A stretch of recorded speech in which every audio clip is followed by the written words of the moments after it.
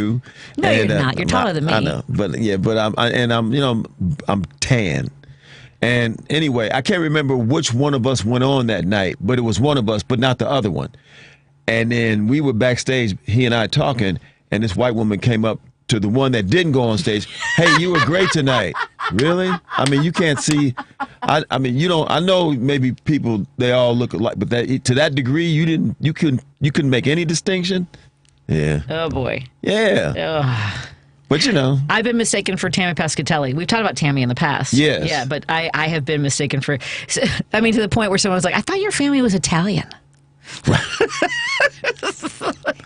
Yeah, so it happened more than once because we literally started, I think, the same year. You and Tammy? Me and Tammy Pescatelli. Okay. Yeah, and so we never worked together. We've never. When did you know of her? When did you find out? Almost right away because there was a picture of her at Zanies in Mount Prospect, and it was funny because I went the other direction as far as trying to magnify the way I looked is the only best way I can put it, which is meant that I would wear vests and blaze like jackets. And she had a picture of herself like in a midriff kind of a shirt, kind of show it. I mean, she leans into her attractitiveness, and I was you kind of diminished yours. Yes, I think I told you the story. I so much so, like I didn't even I hated when comics would introduce me as you're gonna be surprised that she's hot and oh boy. I'm gonna tell you something, Patty.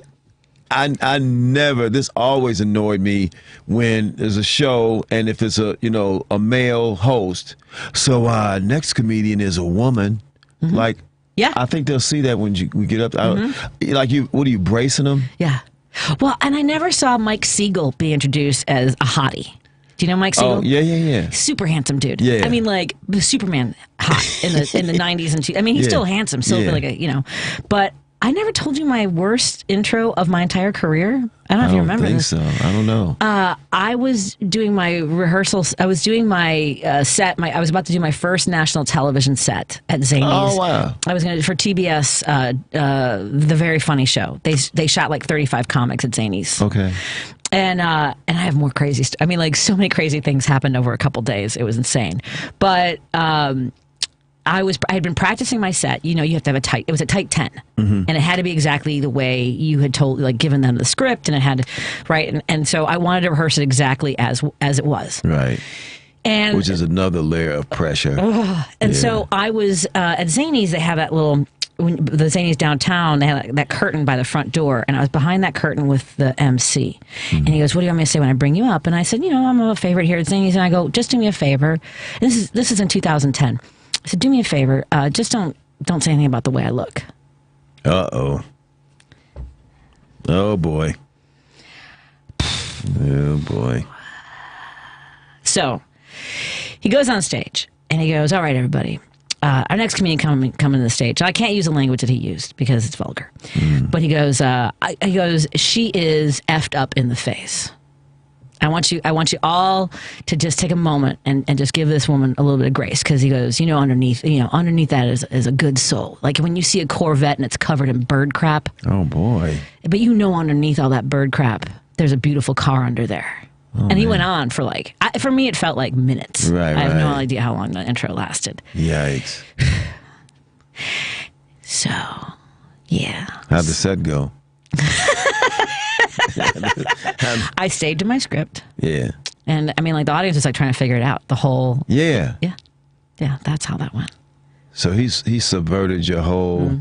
He thought he was being funny. Yeah. Yeah. Because he thought that I was being self-important or everyone always talks about my looks or whatever. It was an out of towner. It wasn't somebody from here. Oh, Who?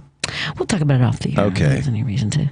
Well, partly because they're two comics, and I have to make sure they have the right name. Because I conflate them sometimes. Okay. Because there've been jerks that have been. Anyway, that was the worst introduction of my entire career because I'd gotten it so much. I just wanted this set.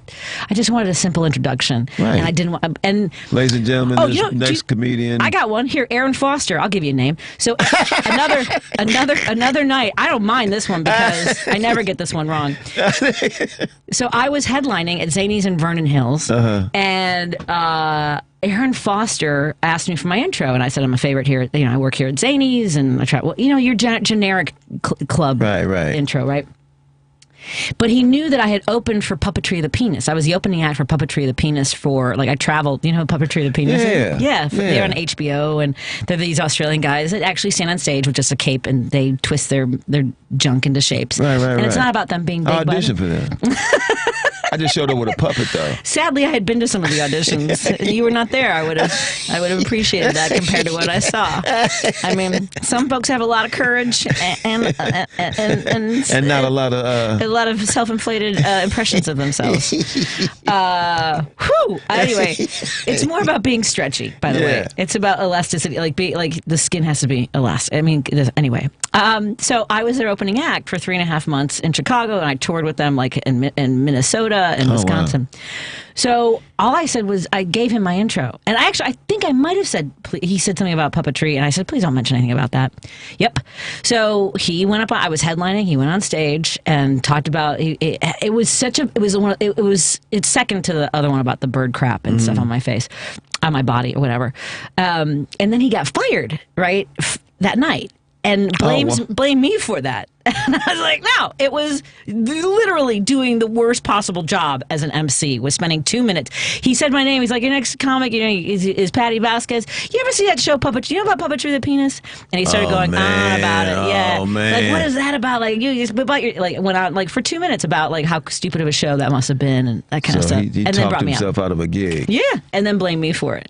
I've had that happen with MCs, like talk themselves out of gigs and then blame me for it. This happened in Myrtle Beach, South Carolina, at the Comedy Cabana. It's funny that I mentioned that. It was my first time there. The MC was from North Carolina, and the headliner was a black comic from New York, Tony. I can't remember Tony's last name. And the MC hated him. Absolutely hated him. Was it Tony Woods? It might have been Tony Woods. This would have been in the late 90s. It might have been Tony Woods from New York. It might have been. I know he performed there. He's originally from D.C., but kind of laid back. Yeah. Really was Tony Woods. Yeah, so the owners left on Friday night. They were traveling, and the MC, when we had to share a comedy condo, so it was the three of us in a comedy condo. Or maybe Tony had a hotel. It was just me and the MC in a hotel in the comedy condo. So folks who don't know, comics often have to share an apartment together because the clubs figure they save money rather than getting us hotels. They rent out a cheap apartment, and then woo, it's fun. Right. So the second show Friday, the MC goes on stage and he goes, is he out of the room yet? At the end of the show, did he leave the room yet? And he picks up a chair, turns around backwards, sits on the stage and goes off on how unfunny the headliner was. Whoa. Yeah, like funny is funny, but that was some BS, like just went on. And that's how he closed the show. He got fired. Right? Yeah. But he comes back to the comedy condo. Vasquez, you effing little snitch, you, like yelling at me. Yep. Hey. I've seen some stuff in this career. Oh, man. Man. Woo. So are you sure you miss being on the road? Well, you know what? At this point, I'm trying to work as much as I can, and I don't miss that. I probably have not had the kind of experiences you have, but I would certainly go back on the road, and I'm about to go on the road. Doing theaters and with Kamau, yeah, right. yeah. Because Kamau doesn't do a lot of like clubs per se, But under not optimal circumstances, but I certainly would do it. Well, there are good clubs on the road that are similar to Zany's. I would say that. Yeah. You certainly like Atlanta's Punchline is great, and Crackers. I like the venue a lot. How many Crackers are there? Crackers. There's the one Cracker. There used to be two. There used to be one in Broad Ripple and then one downtown. That's what I heard. Okay. Yeah, but just the one now. Yeah. And then. Yeah, and I'm obviously the improv. We gotta get you in with the improvs at least, or something, man. Did you ever work with Dave Stroop? That's a story that's an off the air conversation. Oh yeah, because you know who he's tight with. Who? Big guy at Zany's. John DeGoss. He's big with they're in real close. Oh, that's right. That's right. Yeah. Yeah. I think actually John gave me his number one time. I reached out to him. Nothing ever happened. Yeah. I have a story off the air about that. All right. Actually, I think I could tell this on the air because John had put in the good word for me years ago, and so I kept calling Stroop. So, folks who don't know, like in the '90s and early 2000s, obviously we didn't have cell phones, and you had to call bookers or send them tapes and things like that. But John was like, no, I'm friends with him. He'll get you in there. Just tell him I told you to call, all this stuff. And I call Stroop, and I'll never forget this. It was 2001 2000 because I was getting married. And I was in Aberdeen, South Dakota, and I would call like constantly trying to get in with him. Finally, he answers the phone, and he goes, and he said something like about how I'm just another feature act. He goes, I got thousands of feature acts. What makes you think you're any different, right? That kind of thing. And I was like, well, John DeCoste told me to call you, right? And he goes, oh. And he goes, well, I still don't have time. I don't have a space for you, right? So we hang up on each other, and apparently we both called John like back to back about the phone call. Right. Oh, wow. And it turns out he had that weekend, he had Mitch Hedberg, who had not done well. And he was really angry and frustrated and answered the phone for whatever reason. And I got the brunt of it. And then John brought me along to work in. I didn't know that. Yeah. So I did work. I opened for Michael Winslow. Oh, man. At the Funny Bone. Very interesting man. Yeah. Folks don't know who Michael Winslow is. He's the sound effects guy from Police Academy movies. Yeah. And he's cousins with Kellen Winslow, who was a Hall of Fame tight end for the San Diego Chargers. What? Yeah. Okay. Yeah. I was going to say. Yeah, you got to get back in with Stroop. You should find a way to get in with Stroop, but don't let him know that you work with me. Because there have been some terse emails. Oh, really? Since then. I'll reach out. But here's the thing, Pat. It's just like, this would always be frustrating. If you go and you audition for somebody, or they see you and they say, oh, I love you, call me for some spots. And then you call them, and then all they do is avoid you. Yeah. Well, why did you say call you? Yeah. Why give us a glimmer of hope? Yeah. Right. You don't have to say that. They hold all the cards. It's so funny unless you get famous. Yeah, then you hold the card. Did you ever hear this story? I don't know if it's true. I hope it is true, about Sam Kinison when he was trying to make it like everybody else, and there was places, how you come up, there's people that like you, people that don't. People book you, people who won't. So there was this one cat, he was always trying to get in, that he's trying to get booked. He would never book him, just always blew him off. Fine. Then Sam Kinison becomes Sam Kinison.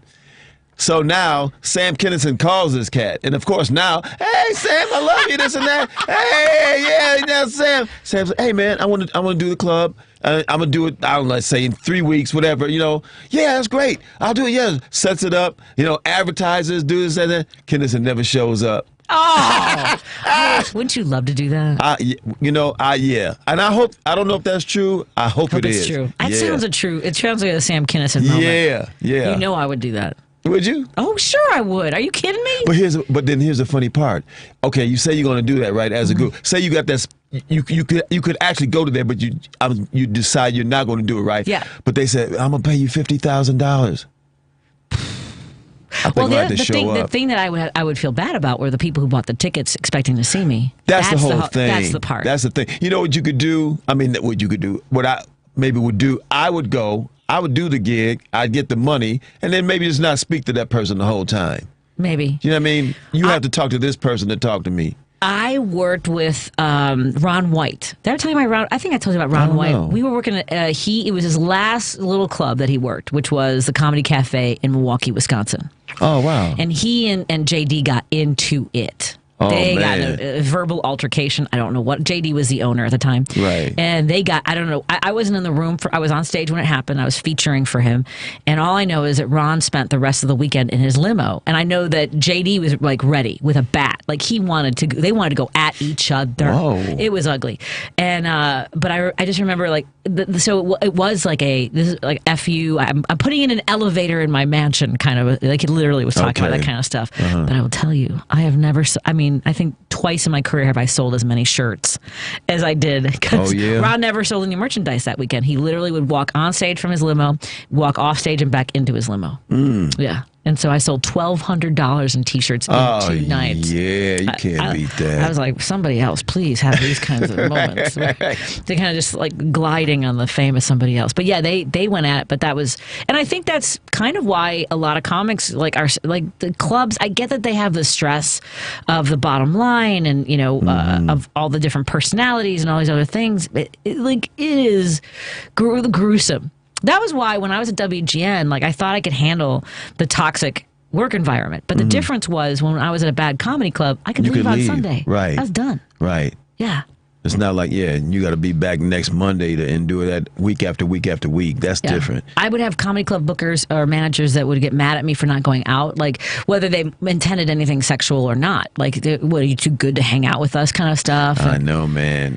Right. And it's, for me, like I've done shows and I just want to go back to the hotel or, you know what I mean? And yes. Just wait till the next day. Oh, my God. I got nothing against anybody. I just like being by myself. Yes. Yeah. There's a reason we stand on stage by ourselves. Yeah.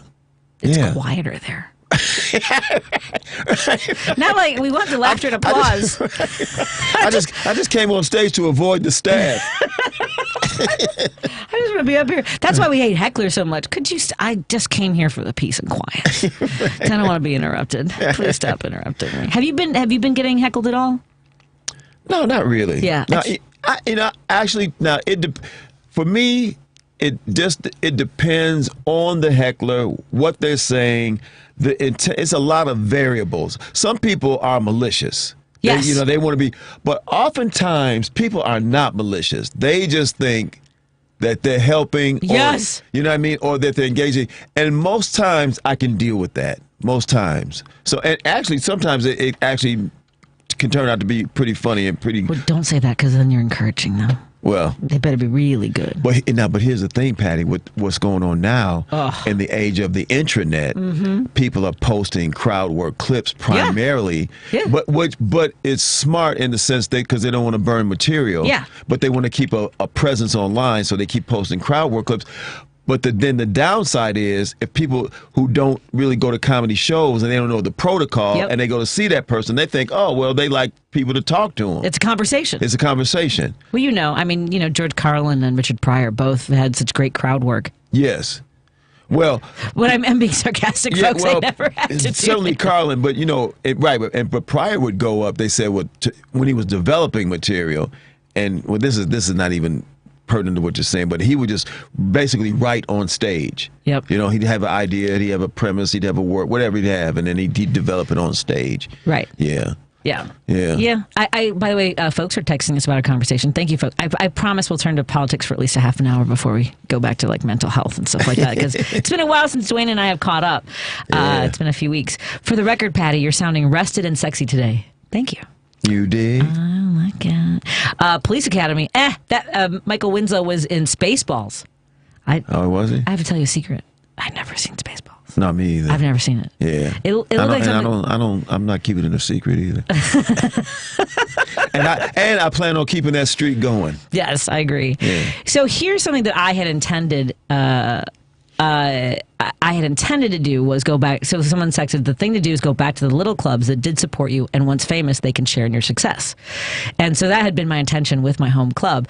However, now it's still just the clubs that were always kind to me. And And Zany's now is a whole different structure because the cat that booked Patty and I retired. Yeah. Well, he stopped booking me years ago, though. Oh, he did? Yeah. That's all right.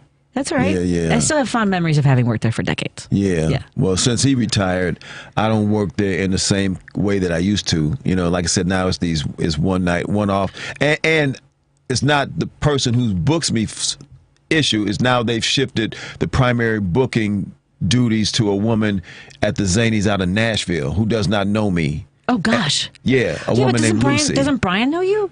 Brian knows me, and Brian books me for these one-night door deals. Okay. And Brian is great. Brian Hicks. Brian is my Brian guy. Dorfman is the owner of the Zanies in Nashville. Brian Dorfman. You guys know each other? Okay. No. I know Brian Dorfman.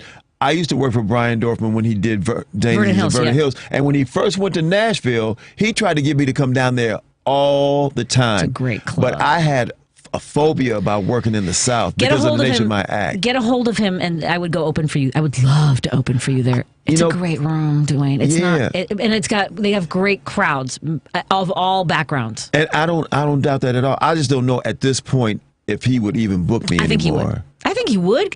Do you talk to him at all? I haven't talked to him in a while, but we got to figure out a way to get a hold of him. I think he would like us both. All right. I saying. mean, Patty, if you can set that up, I thought that ship had sailed as far as him trying to get me down there, and So here's something that, because you and I are similar, and not in talent, but because you are extra, and I've talked to you about this before. I mean, like, you are sort of this mythological creature to comics of, like, they don't know where you are. You and I are not. We're not power driven. We're not like ambitious in the sense of like we hit the pavement, but in a different way, right? We love our craft. So anyway, someone just texted, y'all are on a total Debbie Downer riff about how being a comedian sucks. I love being a comedian. Right. The comedian part of it is the shows that I've had, and I've over the years learned to take a mental picture of the extraordinary shows. Like, I can remember the nights where everything you could play. The nights where you can play, and everything you say is magic. Oh, I mean, there's nothing like it. Yeah. I can't even remember like what I said, because I know it will never work again except for a crowd like that. You know what I mean? Right. And I had to make myself stop thinking about the horrible nights, because I had those too. Well, and it's because of those nights that keep you pushing through the stuff that we're talking about. Yeah. Exactly. Yeah. And the people that come up to you after a show who had never seen someone like you or me, who are so grateful for what we do. Those are so I know that it sounds like we're Debbie Downers or complaining about it. It's a complicated industry, because we're independent contractors. Right. We have to fight for ourselves unless we have management. If we have management, they get 20% of everything we do. Even if they don't book us for something, they still get that money. So it's really it's a dicey career, and now it's all based on this model of being internet famous. That's what it is.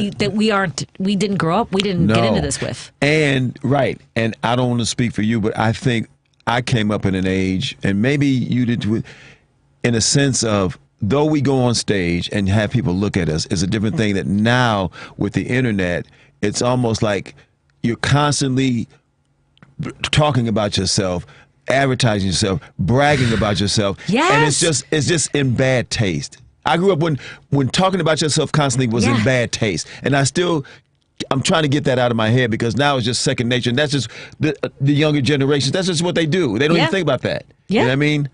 Well, and because a lot of us get into it with self-deprecating humor as well. Yes. Like, one of the things that in the 90s, and I would say in the 90s, like, self-deprecating humor, sort of like, because and especially as a woman on stage, and maybe as a person of color, like, bragging about ourselves is uncomfortable. Yeah. It just is. And not really funny.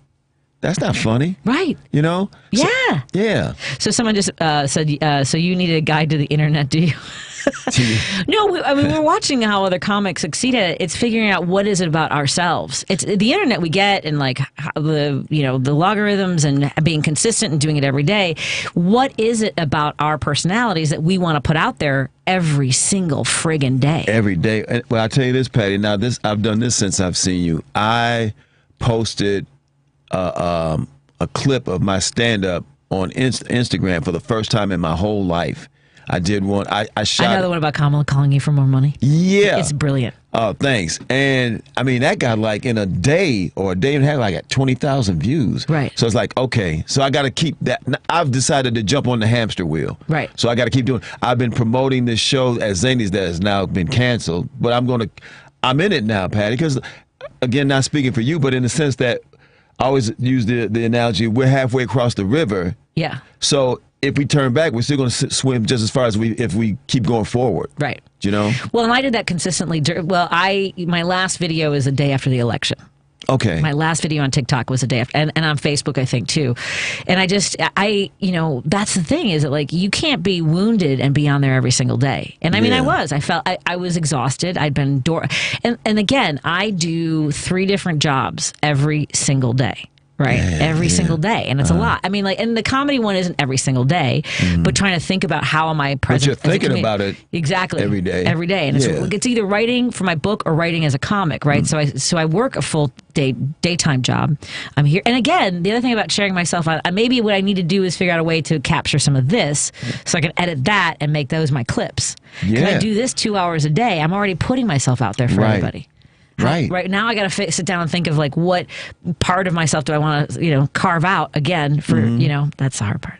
Well, that's a good idea. And reach out to my friend Elliot Serrano. I got to, yeah. Because maybe I'll have him in studio. Maybe I'll see if he wants to come in one day this week. Okay. That way you're forced to talk to him. Yeah, I just met with somebody Saturday because I'm gonna I'm going to start a podcast. Okay. Yeah, I'm just I've been working on that. I've had the idea for the last 3 years, but I'm slow. But anyway, I'm sort of getting some things together, Really what we're doing is avoiding what today was. So let's take a break here and talk about the certification of the election and the idea that finally AP News is talking about is very different than January 6, 2021, when Republicans were unhappy with the results. But they're happy now under a Democrat who was in the Oval Office. Like kids. Exactly, pooping in people's offices. Literally, like kids. You can't hold your poop together. I almost said something else. Let's take a quick break here. We'll come back with our conversation. And well, you know what? Let me see what I have here. You know what? Let's do a break and we'll take calls because I'm way late for everything else. I lost track of time. Dwayne Kennedy joins me in studio. Follow him on Instagram, Dwayne Kennedy. You can see that clip that I was talking about. Kamala still wants your money. Man. I'm just saying. More after this. Alexa, play WCPT. WCPT from TuneIn. You're listening to WCPT 820. Here's the latest Chicago weather update. From the Weatherology Weather Center, I'm meteorologist Megan Mulford. Partly cloudy tonight with a chance for snow becoming mixed precipitation. Lows around 17, northerly winds 8 to 15 miles an hour. Cloudy skies with a few peaks of sun tomorrow. Highs level off around 26. Mainly clear tomorrow night, lows around 14. Cloudy Wednesday, decreasing clouds by Thursday. Low 20s Wednesday, mid 20s by Thursday. A dusting of snow tonight. That's your latest Chicago weather update. Right now, 30. This is Chicago's Progressive Talk, 820 AM, WCPT Willow Springs, and online at WCPT820.com, where facts matter. The Big Picture with Edwin Eisendrath, Saturdays at 1 p.m. Count me among the Americans that want to see change. Now, of course, the change I was looking for would have put Kamala Harris in the White House. Americans voted for change. They just, Trump, I think they got the wrong kind. Still, I'm grateful for elections, even when we lose. They tell us about ourselves, and we can't ignore that and shouldn't. The Big Picture with Edwin Eisendrath, Saturdays at 1 p.m. Chicago's Progressive Talk, WCPT 820, where facts matter. There, I told you we get to the to the conversation again. AP radio news breaks. So I just I heard that on the news for the first time that the conservatives rioted and stormed the Capitol because they were unhappy with the election in January 6, 2021. I'm unhappy with this election, and me too. It's odd that nobody's climbing walls. Nobody's climbing. Crapping in hallways, right? And it was just hilarious though. I did this at the Laugh Factory the other day, that somebody was charged when they stormed the Capitol with illegal parading, which I didn't know that was against the law. Did somebody just break in and say, "I'm in, hand me my baton"? Oh my God. Yeah, it is. There's one person I follow on social media that posts video of January 6th every single day. Every single day. They said they would do it every single day, and basically till the end of their lives. They were like, I never want people to forget that this happened, that this ugliness happened. Yeah. Right. And it's so surreal to me. Now, it is surreal. I don't know how much you've seen about the two attackers, the terrorist attacks, because they are homegrown terrorists in Vegas and New Orleans. Yeah. Not again, Patty. And I'm going to start getting back into it, but I've been involved with news in a very superficial way. Just since the election, I'm still not completely immersed like I once was. But tell me what you. So the attacker, the terrorist in New Orleans. I mean, as far as that goes, there's a lot coming out about how he planned it, what kind of tools and technology he used ahead of time, and his intent, whether it was sort of the catalyst was a divorce he was going through. He had intended to have a New Year's Eve party with his family and then kill them all. I heard. Well, the one and look, there are obviously so many conspiracy things out there. There's this woman who used to be with the CIA, and she's had a podcast with this guy, and people are looking at it people we're both letting folks manipulate our imaginations, right? Mm-hmm. But the letter that the attacker, the terrorist in Nevada, in Las Vegas with the Tesla, the letters that he left behind were essentially with the intent of starting a civil war. And this idea that men need to lead and we need to eliminate Democrats from our government. Oh, no, I didn't hear that. Yeah. That sounds about white. Yeah. Well, sounds about white. really, I mean, and I've talked to a few white guys who are Democrats who say that, you know, they feel like there isn't a place for them because of this wokeness, right? And I know Joan was having this yes. yeah. That. Go ahead, Patty. No, go. That the way that white folks have co-opted that word and has now used it as a pejorative burns me up, because all woke ever meant was be aware. Right. Be aware of what's going on. It has a historical grounding in reality. Yes. They always use the lead belly, the blue sea. Right. You know, when it says, when you're going through Alabama, stay woke, stay aware so you don't get murdered. Right. So, and then white folks have taken that and co-opted and twisted to it like this pejorative, and now have made it some sort of an indictment against you about being woke. Right. So. Well, no, because the first time I remember hearing it was after the kid was killed in Missouri, right, by the police officer Michael Brown. Yes. And that was the first time I'd ever heard of it as stay woke, be aware that you're in danger. Right. And for me, it meant for white folk, be aware this is happening to people of color. Right. That's what it meant to me. That's it. Be aware that horrible things are happening to people who aren't like you, who aren't as safe as you are. Yeah. That's what it meant. White folks took that word like they took rock and roll. Like they co-opted rock and roll. Yeah. But so my thing about this manifesto that this guy wrote, and my white male friends, and if I'm not talking about you, and they're not angry, but they do feel like there isn't a space for masculinity, there isn't a place in the Democrat. But why do we again have to do all the work for, like, why do we have to be at the brunt end of their hostility and manipulation and violence, and then also be like, oh, would you need some space to feel like you can express yourself? Right. Why is it incumbent upon you to placate them? Yes. Again, so you won't hurt us? Like, right. It's like, but it's like a child having a temper tantrum in a grocery store. Everybody has to, cater to the child. Right. Yeah. I kind of want to say to guys, like, do you hear, like, after decades, centuries of oppression, and finally coming in, at least having an opportunity since the 1960s to have some space to move towards what the Constitution and what our Bill of Rights promises. Right. We were moving in that direction, but because you feel it, you feel like it's coming at your expense. They feel like it's coming at their expense, I guess. Right. When all it really is just equity. Yeah. Everybody having opportunity. And it's not a see how it feels kind of a moment. I guess that's how they feel. Right. That they're at the, like I said, at the sharp end of equity. Right. But their pathology is, if we don't have everything, then we don't have enough. Yeah. And then there were some other social media videos I watched over the weekend that we'll talk about in a little bit. All right. We have to get to my calls because people have been waiting on hold. Hey, Jim, what's on your mind, my friend? Jim! I know we covered a lot of ground in other directions. How you doing, my friend? How are you, Dwayne, Patty? A word to the wise, it is slippery today. I went out to get a cigar. I almost ended up in the emergency room. I went sliding. I'm just saying, it's slippery. I mean, it's for the audience. Be very careful. Yeah. I remember a night I did take a fall, and I got like 60 stitches, and then I busted out of a bottle or something. Jeez. You know what? I went in the air. Yeah, go ahead. Go ahead. You went in the air? I went in the air, and it came down. The bottle came down. Lucky it cut my jugular, baby. But it cut into my hand. It went into my hand, and it was late. And I told the girl, I said, call an ambulance. So I got an ambulance. Anyway, 60 stitches in my hand. And what? Hey. But the point was, all the old timers were in there's an old park at the time. All the old timers had broken hips in there. It was amazing. They were just, and this is really the first day where it's really slippery. But anyway, that's not my tale. Well, but just be careful today. It's slippery out there. You just reminded me to send Dwayne some hazard pay. 1 second. Yeah. Are you on time? Yeah, it sounds like Dwayne's picking it up, though. You can't beat him, join him, Dwayne. You got to get on whatever you can get on. You know what I mean? Because that's the way it's going. Yeah. But what I was going to say is wokeism.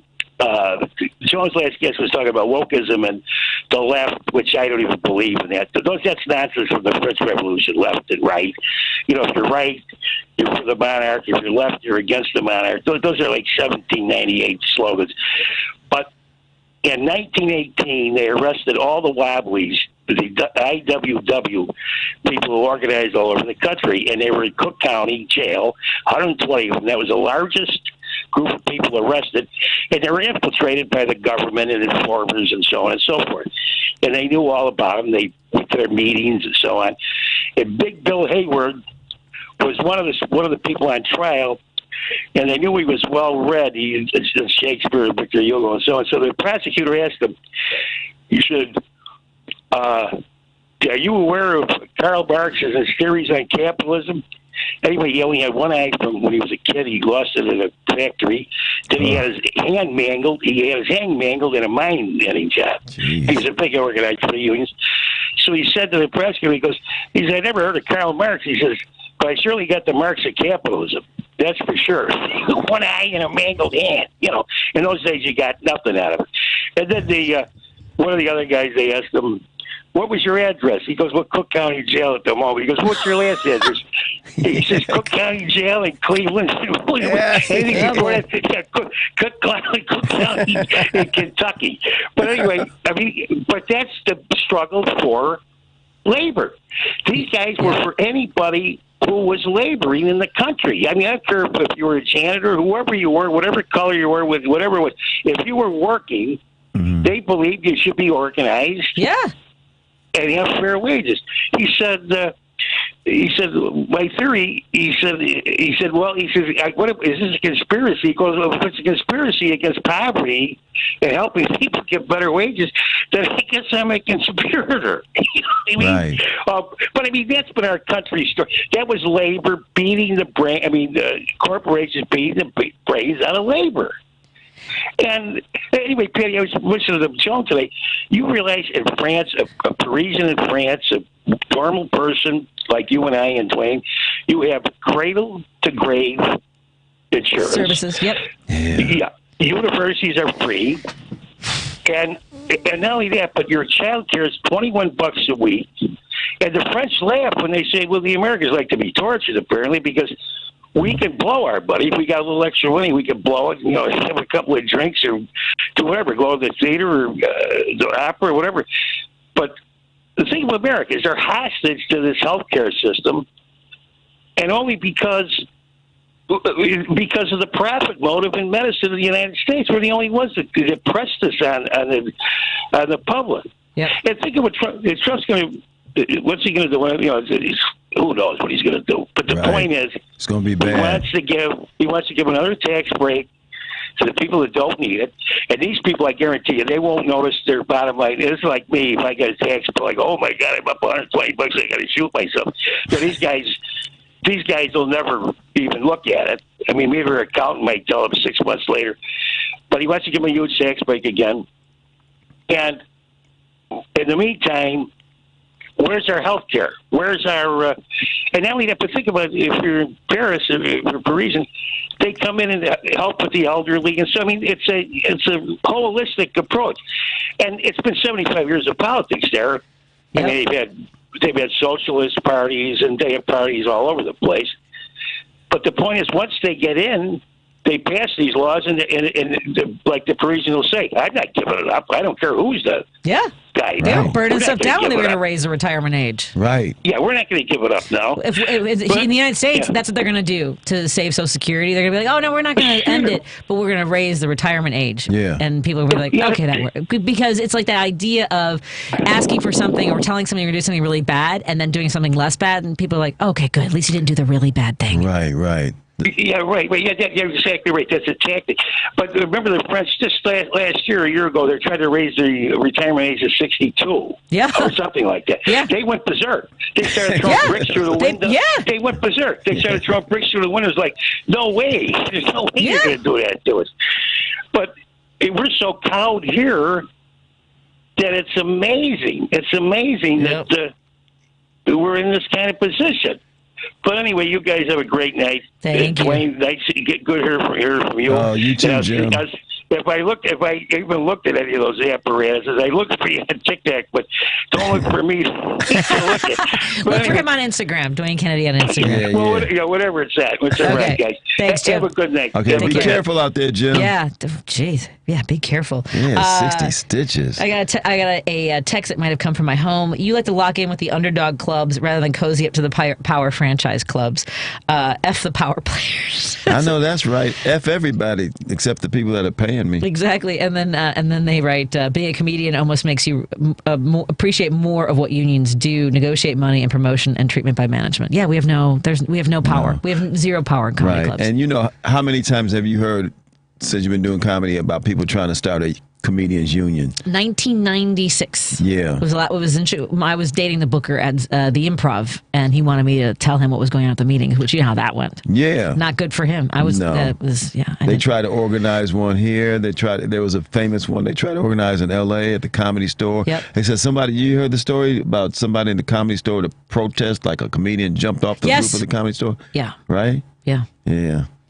Nothing happened. I mean, he died. Well, because and because another comic will come along that just wants the stage time. They want the opportunity. They want Or another person will come along who wants to be a comedian. Yeah, I'll get up there. Yeah. Forget a union. Yeah. The one thing we did get with Rick and Bert, I will say this about Zanies, was that they stopped docking comics for shows that got canceled. Do you remember that? I don't know if you ever noticed that, but I don't know if you worked there before, when they would not pay you if they didn't. Let's say they didn't do all 9 shows. Right. They would take it out of your pay. They stopped doing that. Okay. But not all clubs do that. No. Let's take a break here. We'll take some calls when we come back on WCPT 820 Heartland Signal with Dwayne Kennedy. Follow him on Instagram. He'll be touring. He'll be touring this year with W. Kamau Bell, including dates April 25th and 26th at the Den Theater on Milwaukee Avenue. I can't wait to see that show, and hopefully Kamau will join us. But we have Dwayne, so we don't need Kamau. We would really talk to Kamau. I haven't seen him since the 90s. Man. All right, let's take a break here. More in a moment. Adopt, don't shop. This is Dr. Craig from Mark Drugs. We're proud to support WCPT's Pet of the Month, benefiting the Anti-Cruelty Society. Adopt, Don't Shop is the movement that promotes animal rescue over pet stores. Illinois has wisely outlawed pet stores, but many of those operators merely moved over the border to Indiana or Wisconsin. Their dogs largely come from inhumane puppy mills and live shorter lives with a myriad of health problems caused by overbreeding. I have several canine patients that are on an extensive regimen of medicines simply to extend their lives. I believe every dog deserves a loving home, proper nutrition, and a chance at a long, healthy life. In my experience, rescued mixed breed dogs are the healthiest of all. So stop by the Anti-Cruelty Society location in the city or log on to their website to find your potential next family member. Or check out markdrugs.com to see this month's Pet of the Month. Remember, you have a choice when it comes to your health care, and a great choice is Mark Drugs in Deerfield and Roselle. Get better health and care for you and your pets. Because facts matter. You are listening to WCPT 820. You're listening to Driving It Home with Patti Vasquez on WCPT 820.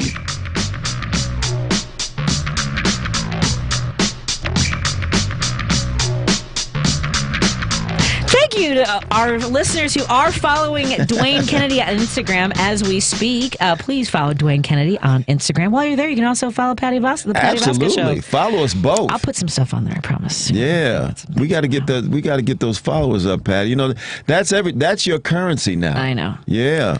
Yeah, I agree. I mean, I'm you know better than I know. I mean, no, we know the same. Yeah, we know the same. We have the same information.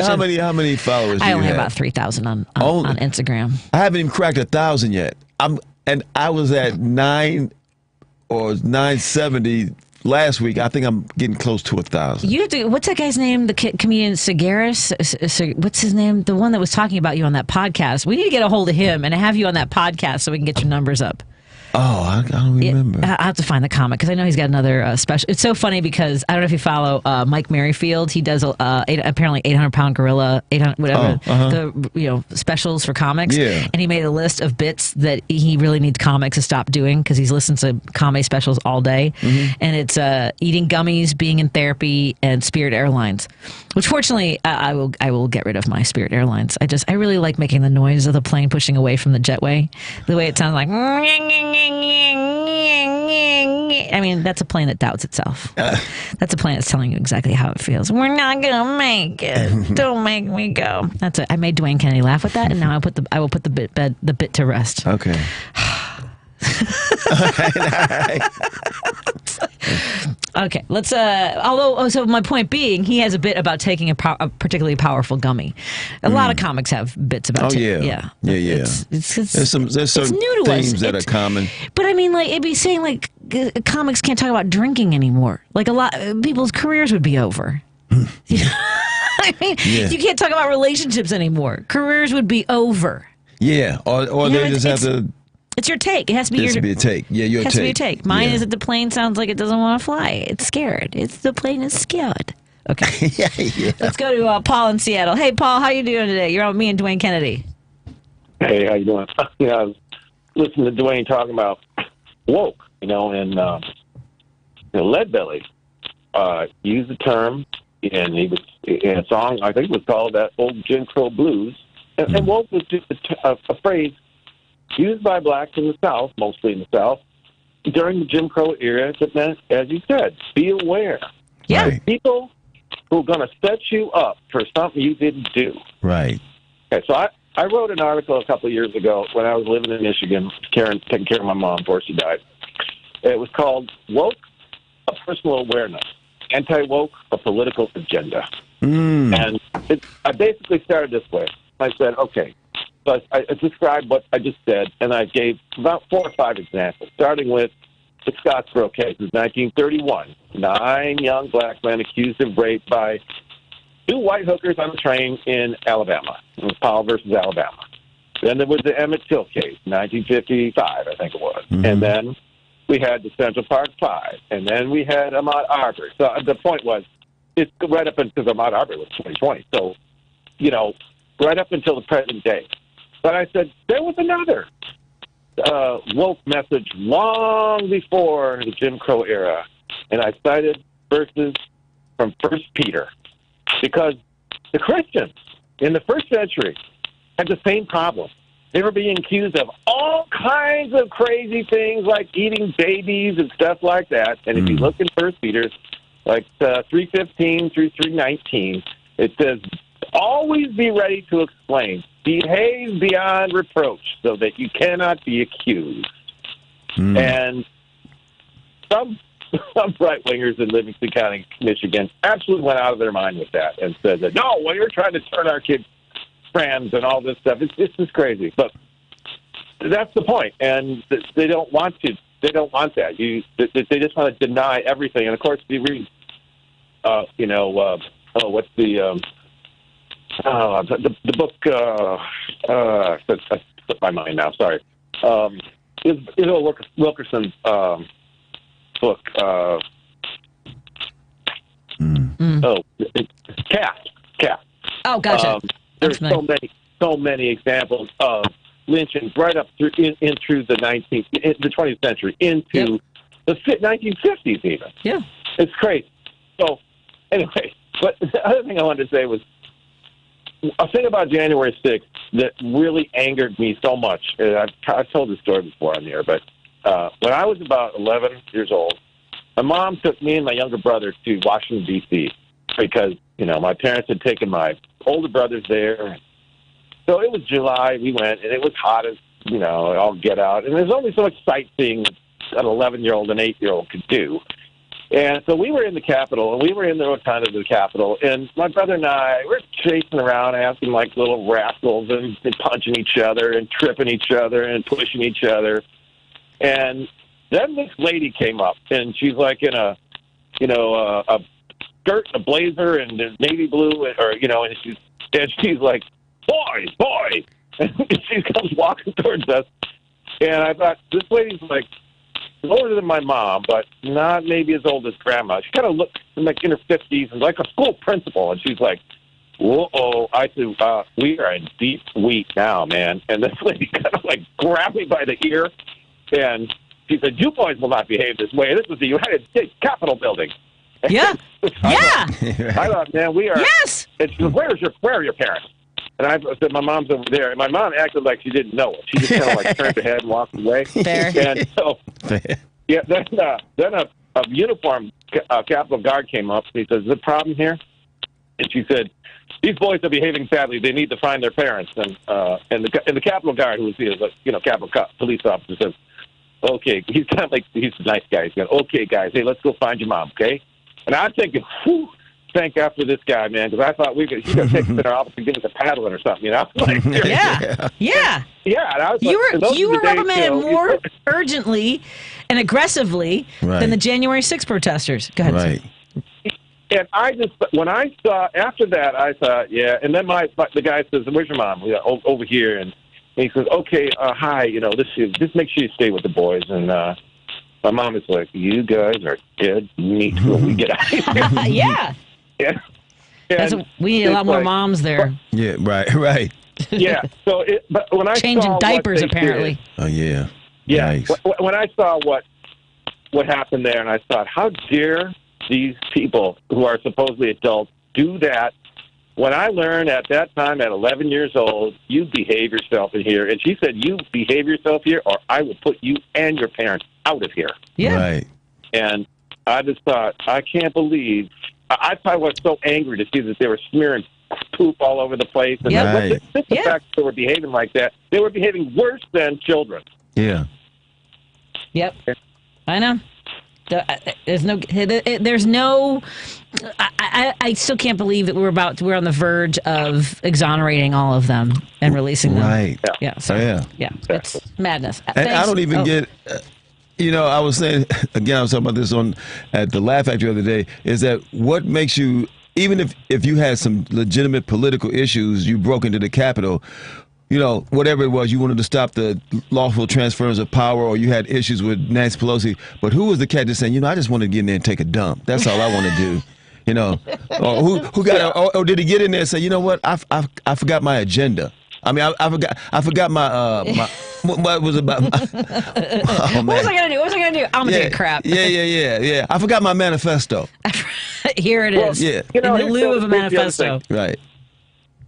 Most people are familiar with this idea that you can't yell fire in a crowded movie theater, which came from in 1919, a Supreme Court case where Justice Oliver Wendell Holmes Jr. said this was the clear and present danger standard, and that was replaced in 1969 in a case called Ohio versus Brandenburg, and they changed it to be a little stricter to say that you have to be an imminent threat.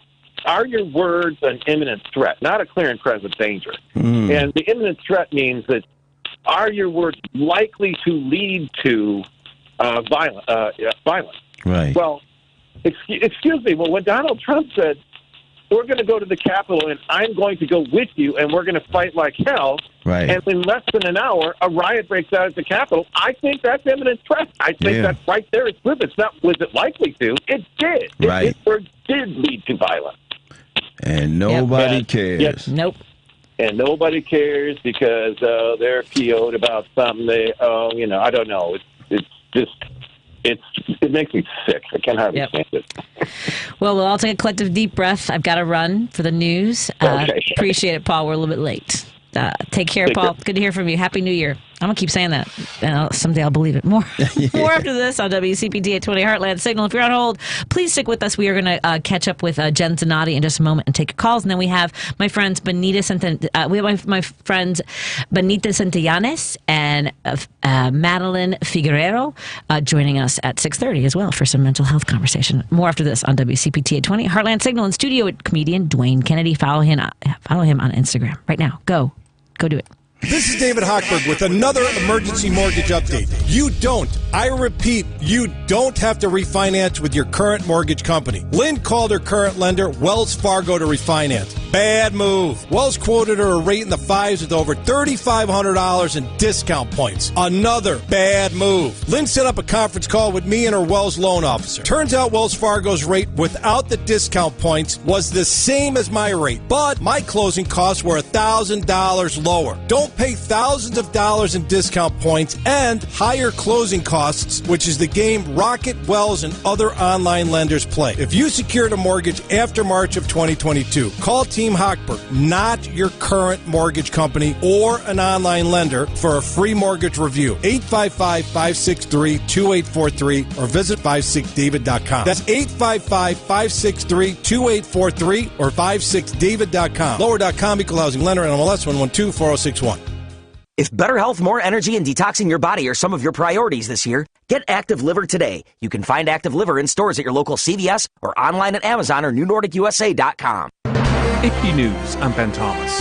Forecasters are warning winds will whip up and humidity levels drop across Southern California this week, raising the risk of wildfires. Meantime, east of the Rocky Mountains, it's winter in all its fierceness. Julie Walker has a look. Lots of folks across the country digging out from the snow that's forecast to continue through Tuesday. Meteorologist Bob Warvick. About 1,500 miles all the way from Kansas to the East Coast. The National Weather Service says 8 to 14 inches of snow forecast from northern Missouri through the central Appalachians, with 6 to 12 likely across the mid-Atlantic states, including Washington, D.C., where the wintry weather is causing major flight cancellations and delays that are having a rippling effect. Any combination of icing on the ground and a combination of snows have been causing a lot of travel issues. Bone-chilling cold also on tap. As low as minus 15 across northern Minnesota, International Falls. But generally over the next 2 days, temperatures east of the Rockies are going to be below average. I'm Julie Walker. Congress has certified Donald Trump's 2024 presidential election victory without challenge. In New York, the judge has rejected Trump's bid to indefinitely postpone sentencing in his hush money case. And Lisa Dwyer has the latest ruling in Rudy Giuliani's case. After a second day of testimony by Rudy Giuliani, a federal judge has found the former New York City mayor in contempt of court for failing to properly respond to information requests in a $148 million defamation judgment against him. The case involves two Georgia election workers Giuliani repeatedly accused of election interference in the 2020 presidential race. The judge says that Giuliani willfully violated a clear and unambiguous order of the court. The former mayor conceded that he sometimes did not turn over everything asked for because he believed the requests were overly broad or inappropriate. I'm Lisa Dwyer. This is AP News. No Monday night NFL football. The regular season wrapping up last night with Detroit taking the NFC North title in a 31-9 victory over Minnesota. But Gethin Coolbaugh reports the coaching carousel has started to turn. The Jaguars have fired coach Doug Peterson after a 4-13 season. Peterson, who won a Super Bowl coaching the Eagles in 2018, guided Jacksonville to a 22-29 record and one playoff win. It's hard to speculate right now. You know, emotions are running high, obviously, but I hope that I'm still here. Jacksonville will retain general manager Trent Baalke. Elsewhere, the Giants are keeping coach Brian Daboll and GM Joe Shane after leading owner John Mara's team to a 4-13 season. Better not take too long, Bruce, because I've just about run out of patience. On Sunday, the Patriots fired coach Gerard Mayo after finishing 4-13 in his only season. I'm Gethin Coolbaugh. And I'm Ben Thomas, AP News. Thank you for listening. This is 820 AM, WCPT Willow Springs, and streaming worldwide at WCPT820.com. We are Chicago's progressive talk, where facts matter. Now, your WCPT 820 weather update. From the Weatherology Weather Center, I'm meteorologist Megan Mulford. Partly cloudy tonight with a chance for snow becoming mixed precipitation. Lows around 17, northerly winds 8 to 15 miles an hour. Cloudy skies with a few peaks of sun tomorrow. Highs level off around 26. Mainly clear tomorrow night, lows around 14. Cloudy Wednesday, decreasing clouds by Thursday. Low 20s Wednesday, mid 20s by Thursday. A dusting of snow tonight. That's your latest Chicago weather update. Currently, it's 29 degrees. Is credit card or other debt making it difficult to pay your rent or mortgage? Home insecurity is often the unintended consequence of an inability to pay mounting credit card debt, student loans, or medical debt. But by working with a nonprofit credit counselor, you can avoid or reduce the risk of eviction or foreclosure while tackling debt for good. For more information about how nonprofit credit counseling can help, visit nfcc.org. Made possible in part by the nonprofit Wells Fargo Foundation. Medicaid and CHIP offer free or low-cost health coverage for children and teens. Hospital and doctor visits, prescriptions, shots, and more are covered. That's peace of mind for parents if a child is sick or gets injured. And parents may now be eligible for Medicaid too, even if they've applied in the past. Enrollment is always open. Visit insurekidsnow.gov or call 1-877-KIDS-NOW. Paid for by the U.S. Department of Health and Human Services. Hey Google, play WCPT. Streaming Chicago's progressive talk from TuneIn. Driving it home with Patti Vasquez, Patti Vasquez. From global conflicts to greenhouse gases, the folks refusing to wear masks says, and politicians getting caught grabbing asses says, she's driving it home with Patti Vasquez.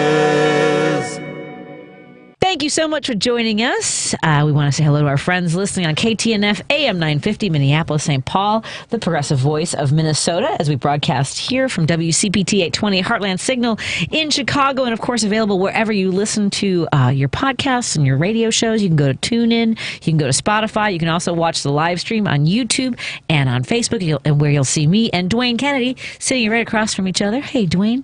Hey, Patty. How you doing? Oh, fine and dandy. One day at a time. One day at a time. Yeah. Happy January 6th. Right. Wall climbers, call in. Climbers. We're trying very hard to say Happy New Year. I'm struggling with the phrase happy. It feels more of a question. Happy New Year? Happy New Year. You say New Year. Well, in a few days we won't even have to say that. Just I don't know what we're gonna say. Happy, looking forward to the spaceships. happy waiting for the alien. Yeah. Oh, what about that? You think that's real? The whole thing with the alien stuff? Yeah, they're trying to scare us with something else and whatnot. Oh, I don't know. I can't. I hope it is. I have so much going on. I don't have any more space left in my head for other. No more space for the ships. No more space for the ships. You know who might have a better take on positivity than either one of us is our positivity expert, Jen Zanotti joins us. Allthingsgenz.com. Yeah. Jen, you have hi. Let me ask you. See, even her hi, like she's excited to talk to us, right? Yeah. Do you ever have to, Jen, work yourself up to be in a good mood, or is it because your daily practice is to be mindful? Does that help when things are going sideways, regardless of what that is, family or health, or things going on in the world? Oh, yeah. Listen, everything's not always like rainbows and sunshine, and I get that.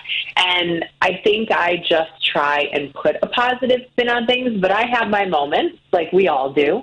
But I think you need to feel those emotions and then kind of end it on a positive note if you can. So I really try very hard to do that. I think because I get a lot of stress relief through like my jujitsu and have a great partner to communicate with. And I do take time to, meditate or set, kind of work on that mindfulness, even a few minutes a day, just to kind of get my head right and clear. So that I feel like, no matter what's going on, I can kind of recognize it and move forward to everything else that I have to do. Because I'm in a position where I have to be positive for others. So I can't always really sit in that state of mind for too long. So what do you do, Jen? What are some of your techniques for doing that, for getting yourself in a good frame of mind? Yeah, I mean, I think, like I said, too, really being able to stay active, I think that helps release a lot of negativity and, stress. It definitely balances out the hormones and cortisol levels. I think being able to communicate with friends, partners, family, when you are stressful, a lot of times people tend to just keep that in. So even if it's journaling at night or in the morning, just taking a few minutes also before you're really jumping on like social media or online, taking some time for yourself to kind of start your day or end your day or both, I think is just a really good way to kind of detach a bit and just focus on you and your intentions. I think that can be really helpful. And I think especially in the new year, we always kind of find that it's like a reset. And, I'm not really big on New Year's resolutions in the sense that I think when people kind of set them and then they fail, they kind of give up. I think it's just more so let's take time to kind of manifest and look at the things and the goals that you want to set for the year, for the next month, the next few weeks. So I think just being able to kind of take that time for yourself each day, if it's a few minutes, if it's 30 minutes, whatever it is, just to kind of, get some of that stress relief out and be able to conquer the day a little bit better, just feel a little bit more empowered. I will tell you, so I don't know if you were here, Dwayne, when I've talked to Jen about trying to take jiu-jitsu classes, because I do want to do something that makes me feel... I have heard you talk about that. So I went to one, and it was all... Since we've seen each other? I didn't take it. I went to one, and it was all white dudes. Every single person in the room was a white dude, and the guy told me later they were all pretty much probably law enforcement, which is fine. If that's not right, and that would be fine. Because here's the thing. That might be who I have to tussle with. I don't know. Maybe it's better to go into the to the eye of the storm. Yeah, practice with that, right? Yeah, exactly. So I do have a couple of feelers out for other classes. I've talked to a couple because Jen has we've exchanged messages about some of the folks that she knows in Chicago, and I really do want to do jiu-jitsu. Yeah. I do have problems. I do too. With like that with the boundary, like the physical closeness of jiu-jitsu. You know what I mean? Yeah. It's intimate. It's intimate. Yeah. I'm not going to lie. It's intimate. The closeness of anyone, particularly a man or like anybody you're facing someone's armpit. I watch a lot of jiu-jitsu videos because I'm trying to like get into that. I mean, like it is a lot of like, and it is. I was reading something about how it is a thinking martial arts. I mean, you have to be mindful. You have to not, when you're on your back, you have to know where your body is and how you can work with their body. Right. Yeah. So, see, Patty, you know so much about it. You just need to do it. I know. Like I said, I think you need to go to Evanston, but yes, that would be great, and that's we right. need to set that up. Yes, yeah. So, in the absence of that, though, because I am somebody who runs toward danger, I will be very honest. I run if I hear a crash, if I hear an accident. When you see somebody like they'll do like what would you do videos, or you'll see like a lot of the bystander bias, that kind of thing. Like someone else will take care of it. I don't have that. I don't like. Let's see if someone else will take care of this. You take charge. I run toward, and I think it was partly lifeguarding, right? And I've always done, for as long as I can remember. I remember I was in the Kennedy one time, coming back from lifeguarding. I was driving northbound, and I heard it. I heard a crash on the southbound side. I got off at Irving, and I came back around to help, and I held a wound closed, right? So that kind of stuff. And there was like one woman who, like, I could tell the person who was driving had been inebriated. Like I'll never forget that night. But I do that if I see someone collapse, whatever. I've always run toward it. I was at a wedding one time, and Steve's gonna hate that I tell this story. I was at a wedding one time, and do you know that at weddings, men are supposed to keep their knees slightly bent when they're standing at the altar? I don't know why this is, but they're men that collapse. Women too, though. I've never been at a wedding. Women too. I remember when I was like even getting like my dress fitting and everything like that. I mean, you don't want to lock your knees because if you're standing for a long time, then you can pass out. Yeah. Oh, okay. Yeah. So Steve was one of the groomsmen. So they're all holding the huppah it was a Jewish ceremony, right? So they're holding the huppah, and this guy goes down. I mean, his knees buckle, and he just goes down, right? And nobody moves. Oh my God! Nobody moves, and like the bride was annoyed. You can see, like, I'll never forget the look on her face. She's like. Right, and the groom, his dad was a doctor, mind you, he was a dermatologist, right? And I get up and I go running, and I was like, I need a cold washcloth, right? Something to put on on the back of his neck to and get his feet up, whatever. And they try to prop him up, he collapses again. Oh boy! And I was like, you need to call an ambulance right now. And he needed fluids, he needed to get an IV and everything. But like nobody moved. Yeah. All these people. Oh my gosh. We were at the Union League Club. And nobody friggin' moves. And I'm like running around the. Well, then you really do need to take jiu-jitsu, Patty. That's what I was going to say. Yeah, then you really should. But also, you're a caretaker. You're a natural caretaker. Yeah. But depending on when you run out, awareness is huge, right? And you learn that. But it's like you want to learn how to protect yourself if you need to. So I think being able to train in an environment where there's maybe it's a little bit more of a diverse group for you. And there are also other like females as well. I think that could be helpful. Yes. That you're just getting a little bit more of a mix of training partners. I'd like to take it too, Jen. I mean, I've said this for years. I've said a lot of things for years and not done many of them. But I would like to take it. I worked with a woman when I worked at United Shades. Her name was Helen. She's one of the producers, and she was into jiu-jitsu, and she worked with Anthony Bourdain. He was into jiu-jitsu. He trained. I know. He trained every day. Oh, yeah. Wow. Yeah. I know. Well, that's my plan. I love Anthony Bourdain. He's fantastic. So good. And the things he said about Chicago, magnificent. Yeah. And other parts of the world. I know. So to that, while I have not found a jiu-jitsu class, so this is what I signed up for on Saturday. I'll be taking the class in a week and a half. So this is going to be really dark for everybody. So bear with me because I just said I run towards danger. I realize I'm not up to date on any of my first aid classes, CPR, all those things. But I also, because we now know it's not a matter of if, but when a situation happens around us where people are hurt, I signed up for a class called Stop the Bleed. So I'm going to start carrying around stuff where if someone has a gunshot wound or has a blunt trauma with a car accident or something like that. So I'm going to get trained. It's like a 6-hour class that I'm going to do that. Well, because that's great. Right, because if I'm going to run towards something, I don't want to be you want to know what to do when you get there. You want to be helpful. Yeah. And there's a pack that's like about this big with like a mylar blanket with, the tourniquet, like all those. I want to be able to know how to use those things. Because it makes a difference, life or death. However, the jiu-jitsu will be helpful just to get there. Right. Yes, I think that's amazing. And I promise you, we have to figure this out the next time I'm home. I'm getting you on the mat somehow, some way. That sounds kind of like a so threat. We'll have to figure that out. I think you would just be comfortable doing it with me. Like if I kind of ease you in, I think that would be good. Okay. Make some introductions. I think you'd feel more comfortable. I think so too. Yeah. Do you or does it matter, Jen? Do you recommend like that women train with women, men train with men, or it doesn't matter? Just whoever you're comfortable with training. I think it's good for a variety to train with both. I mean, I think especially as far as self-defense situations go, it's important for women to train with men. Because unfortunately, that's kind of.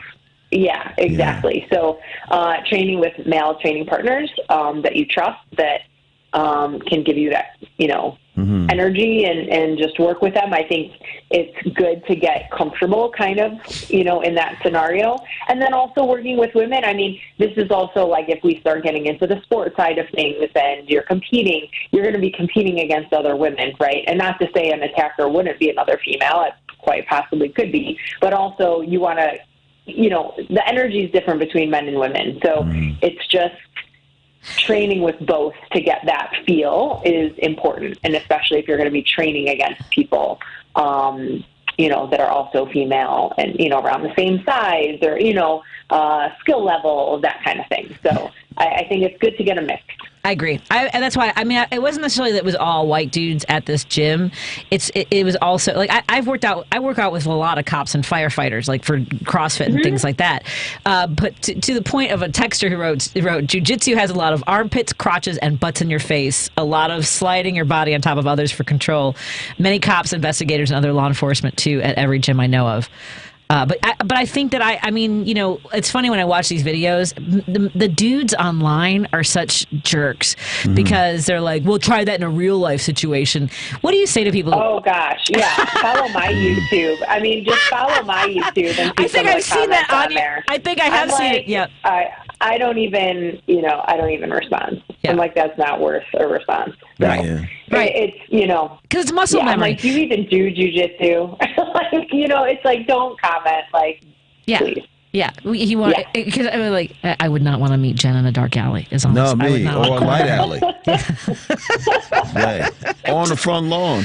I was like, how does somebody watch Jen take somebody down or wrestle off? The moves that she makes and be like, try that in real. Well, what are you doing, dude, with your big fat thumbs on your keyboard? You idiot. Right, well, exactly. There you go. That's why, I could totally go down a whole other route if I started responding. You know, I'm like, I read it and I'm like, no, I detach from it. I'm like, whatever. It doesn't matter. It's not worth my time. You're like, you just tighten your black belt and move on. Yeah, exactly. My first degree now in my black belt. I got my first degree, which was super exciting. Congratulations. When I was home, thank you. That's something that kind of happens every 3 years, and after the first 3 degrees, then it's like every 5 years. So it's, you know, it's a journey, but it was super exciting and fun, you know, just to be around my people. And a couple of my students and people I know from out here in Maryland were there, you know, because they were visiting family for the holidays. So it was really special. For everyone to be there. It was cool. Hey, Jen, speaking of, you know, because you're an expert on holds and chokes and things, what do you think about the guy that choked that brother to death in New York? You know, he said on the train. I don't know that I know about that. When was this? Okay, this was some months ago. He was just found not guilty. He was just If there was a homeless man who was having an issue. He had a mental break on a train. And this former Marine said that he felt if he didn't do something, he would regret it. So with a chokehold, and clearly, obviously, Marines are trained in martial arts. He choked him to death. Right, because he held him for a long time. That's what it was. So even after he was passive. Yes. Yeah, I mean, I can't speak to the scenario. Okay. I don't know all the details, but if you are, you know, when you are choking someone. You know, we obviously in jiu-jitsu train, you know, to be safe. And when someone taps, you know, that's when you're kind of like, okay, I'm going to let go because I know they're starting to see stars or whatever. You know, that's just the person's basically saying, like, stop. That's the sign of what tap is. And then, you know, as a training partner, you stop and let go. Right. But, you know, if someone, let's say a choke is, like, really in or tight and maybe they can't tap right away, you can feel typically someone kind of, you know, going limp or asleep, right? Like, because they aren't, like you said, passive, they're not moving. Right. And then, you know, you let go. So it's something that if you obviously hold for way too long, I mean, you can, beyond that point, you can kill somebody. It was a long time. And to the point that passengers were telling this cat, let him go. Yeah. But at that point, he had already expired. If that person was trained, they know, like I say, I mean, I don't know the whole scenario, but they would know what they're doing. Adrenaline took over. If you're holding on way too long. Yeah. I mean, as soon as you feel somebody, you can feel their body stop moving. Mm-hmm. You can let them go and control them in a different way, right? Or get them to the ground. And then you can pin them or sit on them. I mean, there's other ways to kind of control. You know, maybe you're using them initially to calm the person down. And then, you know, if they kind of fall asleep, I mean, you can bring them to the ground. You lift their legs, get the blood flow going back, and then they're okay. You know, but obviously if it's too long, I mean, that's somebody's life you're talking about. So, yeah. Jim, I can't tell you how grateful I am for your perspective. Pretty much when we're talking all jiu-jitsu until I start taking the classes. And then we'll talk more jiu-jitsu while taking the class. Then we'll really start talking jiu-jitsu. However, I do think that what we're essentially, while it might not be jiu-jitsu for you, find something that is empowering, makes you feel grounded, helps you, gives you something that you look forward to doing that propels you spiritually, physically, and that's what we want to do. We're not making New Year's resolutions. I think it's Paul Farvar has a great bit about nobody. He asks, is anybody here sober? And he'll ask them what day they quit drinking, and they'll say like February 16th, and they're like, is it Paul? That something really bad happened. Maybe it was Joe Kilgallen.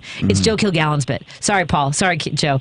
But that something really messed up happened on February 15th. You hit bottom, basically, and that's why it was February 16th. No one ever says January 1st was the last time I had a drink. And it might be you. If you did, God bless you. I'm just sharing a bit that I just mangled and misattributed. It's Gen Z. You jiu-jitsu that bit. Now I gotta find it and play it for Joe. It's what happens when I watch my friends on Instagram. I'm like, whose bit was that again? But I know who all my friends are right here, Dwayne Kennedy. So when she's in town next time, we should go to Seraphin and Evanston and take a class. I'd love to learn jujitsu in Evanston. I promise. Exactly. Thank you so much. Gen Z, go to all things genzz.com to find out about the work that she does. You can also do consultations online, right? Absolutely. That would be wonderful. Health and nutrition and, fitness, all that. Excellent. Thank you, Jen. Happy New Year, my friend. Happy New Year. Great to talk to you. We'll talk soon. Talk soon. Bye, my friend. Bye-bye. Bye. Bye. Let me get to Bob, who has been on hold for quite a bit. I apologize. Bob in Indiana's calling us, Dwayne. Hey, Bob, how are you doing tonight? Happy New Year. You rang Madeline. How do you do? You got the professor with you tonight. I That's do. Nice. Yeah. Nothing wrong with that. Well, it's not surprising that there was no big fracas this January 6th because in a couple weeks they will have their own hand-picked man soiling Capitol Hill regularly. Right. So there's no reason for them to take their enemas and march down to the Capitol building. Right. He's going to take care of all enemas, that foreign and domestic. All enemas, foreign and domestic, and believe me, he'll fill up the old town. But we'll just have to wait and see what happens there. Hey, Patty, I saw something the other day that made me think of you, and I haven't hit you with the pigtail stuff anymore, but this still made me think of you. Okay. And I don't know if this is something unique. I don't know if you've tried this yet, but I said, boy, I could just see you doing it. A gaggle of girls at the restaurant I was at, sitting around one of the big tables. Anybody, by the way, under 35, I call kids. Okay. So, but anyway, they were like high school, that age, wouldn't have been much older.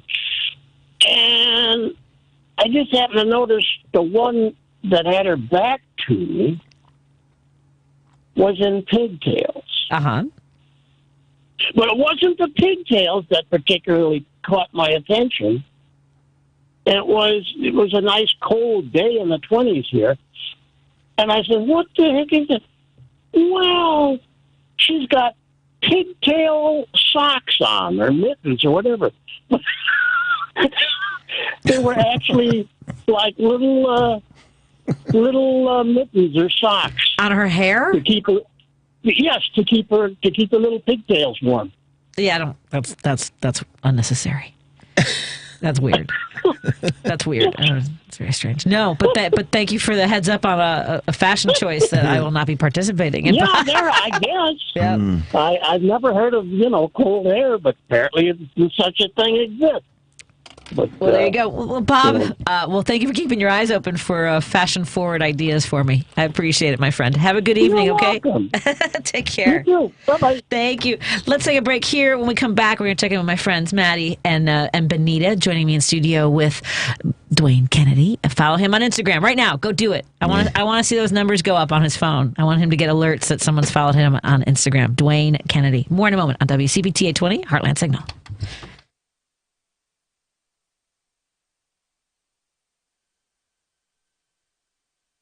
A Better Life with Dr. Sanjay Gupta. Scientists are starting to think about fat as more than just tissue, and instead like another organ in our bodies. Of course, carrying around too much fat is bad for you, you know that. But fat does play an important role in your overall health. After all, fat is an important way that your body stores energy. According to a new study out of the University of Michigan, exercise might actually help you store fat better. The study's author says, living a physically active lifestyle, which means exercising regularly over time, makes our fat tissue a more accommodating place for extra energy under conditions when we do gain weight. People who did not get regular exercise were more likely to store fat in places like around their heart or around their liver, and that can be really problematic. So yes, exercise to lose weight, but also to help you store your fat better. I'm Dr. Sanjay Gupta, helping you live a better life. Millions of Americans take medicine like Ozempic and Zepbound. Many of them are overpaying by thousands of dollars a year. These GLP-1 medications for diabetes, weight loss, and more may not always be covered by your insurance, but GoodRx can help. GoodRx helps you save every month on prescriptions at over 70,000 pharmacies nationwide. Best of all, it's free to use. Check GoodRx to save on GLP-1s. Just go to GoodRx.com/GLP. That's GoodRx.com/GLP. GoodRx is not insurance, but can be used instead of insurance, including Medicare and other federal and state-funded programs. Lowe's knows how to help you save time and money, no matter the job. That's why we can deliver supplies to your job site as soon as same day, so you have more time to get the job done. Because when you need it fast, we've got you covered. Lowe's knows pros. Valid on eligible in-stock orders and select zip codes, placed by 2 p.m. for same-day delivery by 8 p.m. Subject to driver availability. Fees vary based on purchase. More terms apply. See Lowe's.com/same-day delivery for details. WCPT 820, Chicago's progressive talk, where facts matter. You're listening to WCPT 820. Here's the latest Chicago weather update. From the Weatherology Weather Center, I'm meteorologist Megan Mulford. Partly cloudy tonight with a chance for snow becoming mixed precipitation. Lows around 17, northerly winds 8 to 15 miles an hour. Cloudy skies with a few peaks of sun tomorrow. Highs level off around 26. Mainly clear tomorrow night, lows around 14. Cloudy Wednesday, decreasing clouds by Thursday. Low 20s Wednesday, mid 20s by Thursday. A dusting of snow tonight. That's your latest Chicago weather update. Currently, it's 29 degrees. This is Chicago's Progressive Talk, 820 AM, WCPT Willow Springs, and online at WCPT820.com, where facts matter. There are 1,000 ways to say it. Nope. Knock it off. Shut it down. Dream on. No dice. Give it a rest. Not a chance. Or just... I'll text.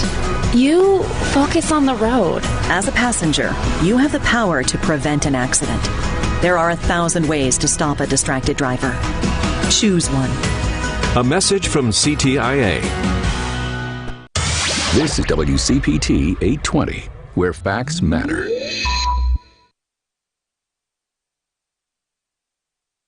Hey, it's Patty here, reminding you that Minocqua Brewing Company's progressive beers like Maga Tears IPA, Biden Beer, and the LGBTQ-inspired Love Wins Fruited Sour are now available at Chicagoland locations like Armanetti Wine and Spirits in Woodstock, Beer Shop in Oak Park, McLean Liquors in South Elgin, Beer on Central in Evanston, and My Buddies, a pride-friendly bar on Clark in Chicago.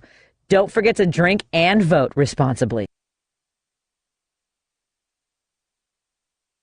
You're listening to Driving It Home with Patti Vasquez on WCPT 820. Thank you so much for joining us as we continue our drive home. I'm your host, Patti Vasquez, joined in studio by comedian Dwayne Kennedy. Please do me a favor and follow him on Instagram. I wish there was a way for me to give someone a prize when an alert comes up that that would be cool. That they've followed you. Right? Yeah. Like the 10th follower gets something. We'll have to figure that. We'll have to figure that part out right there. Joining me in studio are Madeline Figueroa, yes, and Benita Santillenas, who are starting a new podcast. I committed this time. Yes. The words and letters get mixed up in my brain sometimes, and you're being very patient with me. But they are starting a new podcast starting this Wednesday. And I know that there was an event recently that the author that you're going to feature on this Wednesday's event, it's really important because we are seeing, especially with men, this mental health crisis that we are having. And I think that we tend to, you have been on the show before to talk about mental health and physical health. So tell us, first of all, Madeline, let's start with you and let us know about the genesis for this podcast. Okay. Well, the podcast is called It's a Life Thing. Bridging Pain to Purpose. And basically we put it together so that we could create a safe place to talk about those really serious life events, but we're going to do it with the levity that we do when we have comedy. Right. We're going to have guests. or sometimes not, depending on the subject, that brings some insight to whatever the topic is. And when necessary, we'll make sure that we have a professional to give professional advice so that we're not putting something out there that might put someone at risk. We want someone that has the credentials to give advice that's legit. Well, especially with this first podcast, because this is an issue that is so prevalent in our culture in the United States, and I know that mental health is an issue worldwide. However, your first guest it talks very openly and frankly about his attempts at suicide. Yes. So tell us a little bit about your first guest, Benita. So Angel Rodriguez is a young, well, he's our age, that grew young man that grew up in the Humboldt Park, Logan Square area, and went through like drugs and alcohol and gangs and things like that. But also, from a young age, was battling suicide and several suicide attempts. And is going to be talking about that. There's more about in the book, but we really want to focus and tone in on the suicide and really the aspect of women. We talk a lot, right? Yes. We can talk a lot and we can express our feelings to each other. But a lot of times, if even as a man, if you would agree or correct us or not, it's not common for men to talk about their feelings, right? That's true. Or to even amongst each other. It's like, oh, bro, you know. But what happens is that it's true. That sounds about right. Right. But what happens is that generationally they grow up with these patterns that they think are healthy, but they're really avoiding the real issue. So one example was is like, for example, if in a relationship, he had this in the book, where he knew that he had offended his wife or something like that, right? But it was never spoken. He just did things to kind of like avoid the actual what was really going on. So what happens is that a lot of times men in general tend to not address the issue, but come back in where they're like, how can I say? They're avoidant. Where they're avoidant. Or they mask. And it's a pattern. Yeah. It's a pattern. Well, this is a little bit of what we've been talking about. Go ahead. Yeah. No, so that's what we're really kind of honing in on. And we have the therapist on there that will give advice on how to overcome that. What are better patterns to develop to get that out, to get these feelings out. Yeah, and I don't know what the rate is amongst men. I do know that there is a stigma to asking for help or addressing it or admitting it. And we were talking earlier about we're at this point now when it comes to our culture where it seems white men feel as though things are being taken from them, that they don't feel like there's a place for them. And I guess I don't know, like, I don't know if it's something, people talk about learning about mental health, at a younger age. I was talking to my friend, and I actually might have a guest for you. She's moving back to Chicago, Dr. Susana Flores, who is funny and is a psychologist. She was on ABC News. She lives in New Orleans. So she lives right around the corner from this attack. Yeah. And again, somebody who turned his, mental health issue outward towards other people. Right. And we're, so she might be a good guest for this, but we've been talking about, I don't know, I told her, I think that we all need to schedule our mental health visits the same day we do our dental appointments. Not to have them done on the same day. That would really suck, to like pour out your feelings and be like, exactly. To get your fillings done. Right. Then you really be talking about your pain. But on the same day you make those appointments, say I have to make an appointment for a dentist, go, you know what, I should schedule an appointment for, to see a therapist. And I think people struggle too with like finding one. I will tell you, I loved, one of the best things for me out of the pandemic was telehealth. Like I loved sitting in my car and doing therapy and not having to drive to an office and try to find parking and running late. Like I just was on my computer. Yeah. That's a good point. Do you think that that's made it easier for some men to get help, like now with the telehealth thing and just doing it online where you could be more private about it, or does... I think obviously we don't know because we don't know the statistics of that, but I think it definitely would make it easier. I just don't think that think of themselves as needing it. Right. Everybody needs it. I just want to say That's this. that testosterone. Yeah. I know everything. Well, the thing is, too, is that macho. a lot of times it's depending on how you're raised and what kind of family life. Because the majority, especially of Hispanic men that I've seen, that I've known, you know, personally, like I said, I'm not a doctor, nor do I try to play one, but the male friends that I do have, a lot of them have been like, oh, well, you're a man, don't cry, don't do this, hold it in, you're the man, you got to be strong, you got to be this, you're the provider, blah, blah, blah. But it's, you know, you guys need help too, just like we do, because you keep that bottled in. To keep it, and it manifests itself in unhealthy ways. Yes. Exactly. Well, that's where you end up finding that they will self-medicate, they'll drink. Womanize. Exactly. They don't have, you know, I think the biggest problem that we have with the earlier generations, ours included, is the coping mechanisms. We never addressed it, so we never learned how to cope. So now we get to adulthood, we have adult problems, but we don't know how to cope with even the simplest of things.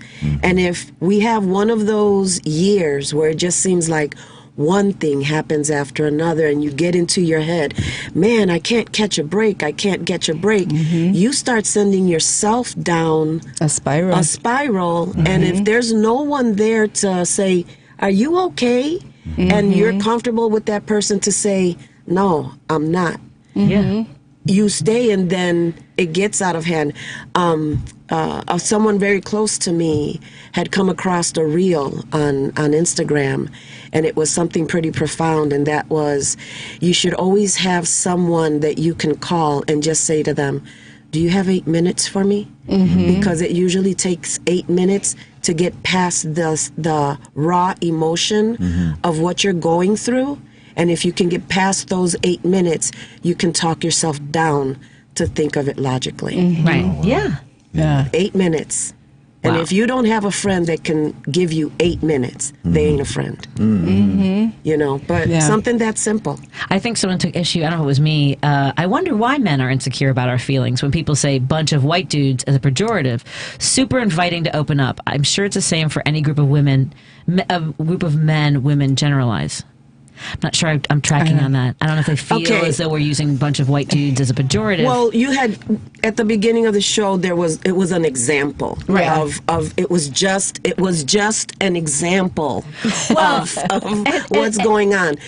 It just seems very prevalent because minorities have been going through this for a long time, and now it's coming up where everybody is starting to feel this way. It's never been us versus them. It's always been there. It's just that now all of a sudden the mental health or the mental wellness playing field is leveled. Well, and I think that the mental well-being for people of color and for women has been vulnerable because we have been like it's been constant. If I went back through, and I think Margaret Cho, and I'm sure it's a quote from somebody else about how, you know, these the microaggressions through our entire lives, whether it's sexual or about our race, about our ethnicity, it takes its toll. I remember being 12 years old and a neighbor talking about my ass.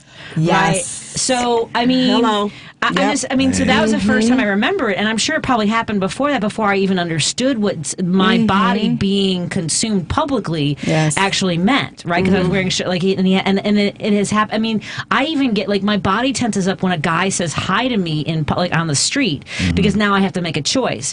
If I say hi back, am I inviting whatever comes next? And if I don't say hi, am I a bitch and open to violence? Right. Yeah. So please tell me how what pejorative would you like to throw at me? Because I have had it. Right. I've been called a C word in public multiple times. I mean, but I also don't want to dismiss. We're talking about a bunch of white dudes because we want you to get help because it seems to be at a critical moment right now. If a bunch of white dudes is the worst thing that happens to you today, I'm very sorry that happened to you. Yeah. No, I think the goal with our podcast is to open up the dialogue. We both admit that we're just going to scratch the surface with this one. Yeah. We see it becoming something recurring, just that topic alone. Yeah. Because, you know, one of the things we talked about, we were just talking about coming into the new year. We weren't 3 hours into the new year. We had the thing happen in New Orleans. We had the same thing, something happen in Vegas. Then we had, we've got the credit card bills that are starting to roll in from Christmas, right? Because those are starting to hit. And now you're looking, and then we've got, you know, this new president coming in, and there's a lot of threats about what are they going to do with this? What are they going to do with that?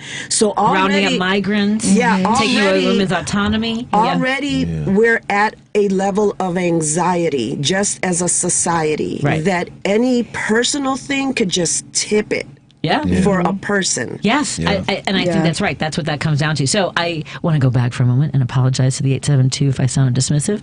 As a comedian, that can happen to me sometimes, as a defense mechanism, and also as someone who has experienced a lot, it can happen. You know? So and we only speak from our experience, right? You know what I mean?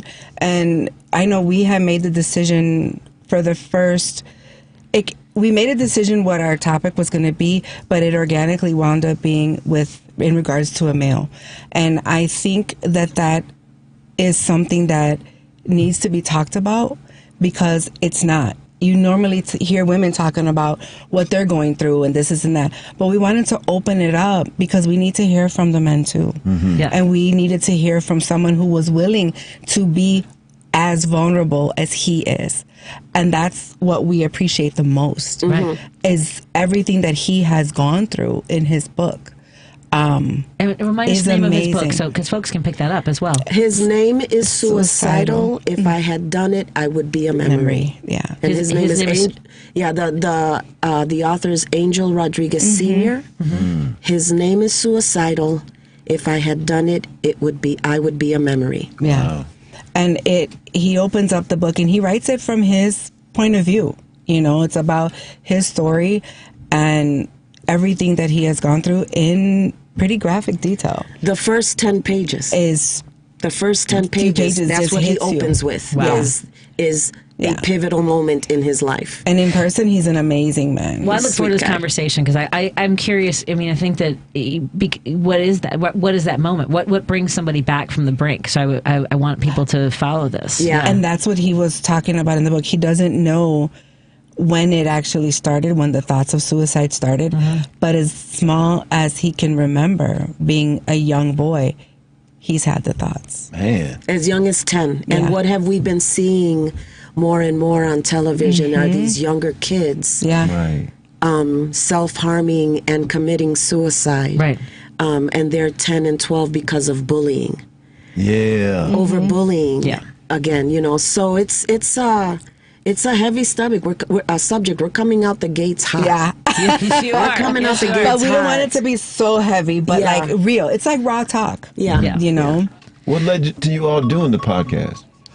Actually, well, you go ahead. Actually, it was something that she and I have been going through our heads a long time. We should do something We've together. been talking about it and certain aspects of like a two-woman show, because we both do comedy. Oh, you do? Yeah, both of us do comedy. What? Yeah, like Mikey O. Yeah. But then it ironically happened where Mikey O has said that, hey, I want to talk to you girls. And he presented the idea to us. And we were like, really? We go, yeah, we were talking about something.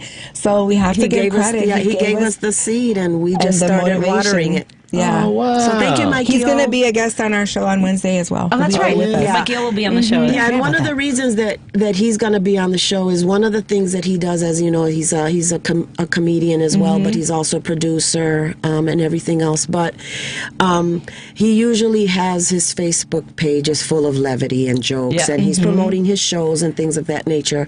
But he has started at 8 o'clock, he'll post a mental health question. Yes. And he just said the response that he got, he knew that this was something that was needed. Right. And he presented it to us, and we're like, we'll run with that one.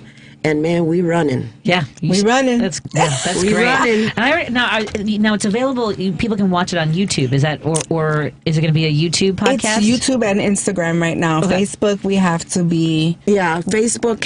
In June of this year, they put some rules where we have to have 100 followers, and the profile has to be 60 days old. Well, folks, go follow that so that they can have that in June. So where do folks find that Facebook page? Facebook is It's a Life Thang, THANG. Yeah, that thang. The thang is there. And it's the same on all of them.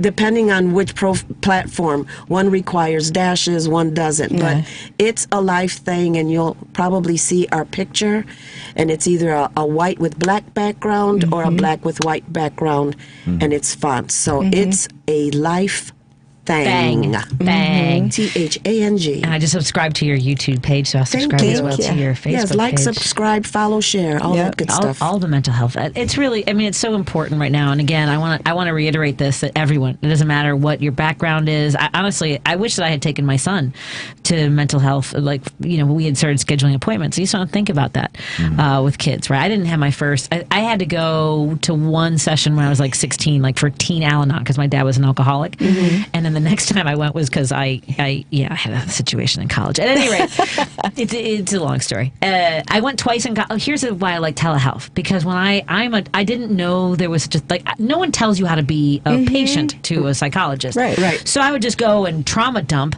and I would have a therapist go, "Oh my God, I'm exhausted," and I made one therapist cry and had another one that wanted to hug me, and so having the telehealth, I'm like, this is amazing. So whatever, and to that though, it's like trial and error, like anything else. Right. It's like getting a second opinion. Well, when you're comfortable. When you're going to therapy, you don't, it's a stranger. Yes. Right? So you're supposed to start talking about your most intimate problems to a stranger, so you've got to build that relationship. One of the things that someone really close to me is working on right now is breaking cycles, right? It wasn't something that they did in their family for the men to talk. He has 2 sons. Well, guess what? Now he's teaching them how to talk about their feelings. And he's breaking that cycle so that if as a child they're being bullied or they're feeling a certain kind of way, they can express it and they can get in front of it versus it becoming a behavioral issue. And they don't know what the behavioral issue is because they don't know what the root problem is. That's when the labeling starts. That's when the medication starts. And I'm not saying don't do it. Some people need it. But I honestly feel if we could get to the core of our problems, we would be able to work through them. Because half the time, all you need to do is just get it out. And then you can 86 all the medication and all those things. Yeah. If it's necessary, if you have a chemical imbalance. That's different. Like I said, in some cases it's needed. But I think a lot of what's out there is we don't know how to cope. It just seems to be so much, and we feel we have to solve it all now. Yes. Well, and I had this realization a while ago. I'm kind of glad I've lived long enough, and whatever, but that I have a better understanding of who I am based on what happened to me when I was younger. And it's a constant thing every day. Yeah. It's never ending. I'm 53 years young, and it's like I'm still learning stuff about myself. And it's when I'm triggered by somebody or something, I'm like, wait a second, why did that get me upset? Why did this? But then it's looking inward like, okay, this person said this or did this. Why did that happen? Then I realize, why it happened. So then it's another level of working on me. So, and I think that getting upset also is. I tried teaching Griffin this. You can't control what other people do. You can only control how you react. That's right. And so if you constantly want someone to be a better person, you can't be a better person. Yeah. You know what I mean? Yeah. You can't demand that of others. Yeah. I mean, you can want it really badly. Please be better. You can lead by example. That doesn't mean that they're going to follow, right?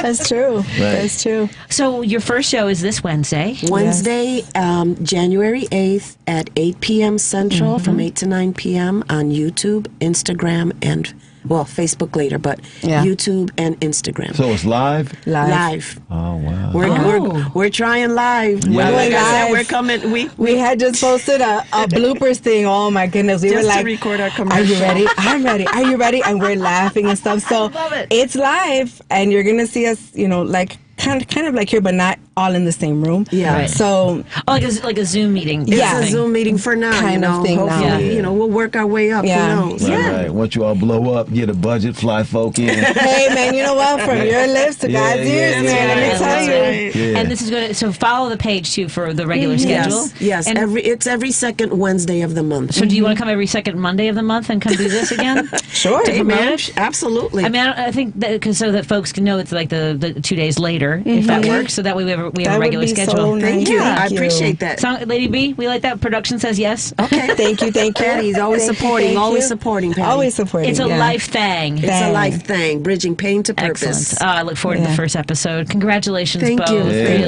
Thank you. It's important. It's really so. I'm grateful, and everyone should be paying attention to this. Dwayne Kennedy. Follow him on Facebook, on Instagram. He'll be back tomorrow. Yes, are you back tomorrow? I think so. Okay, maybe he'll be back at least one more day this week. Yeah. All right.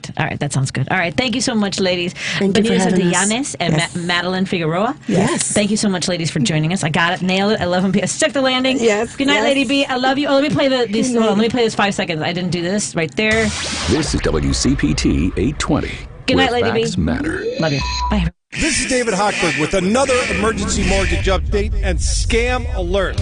I want to educate listeners about closing costs and discount points. On average, closing costs to refinance your home are approximately $2,500. If you're being charged more than $2,500, you're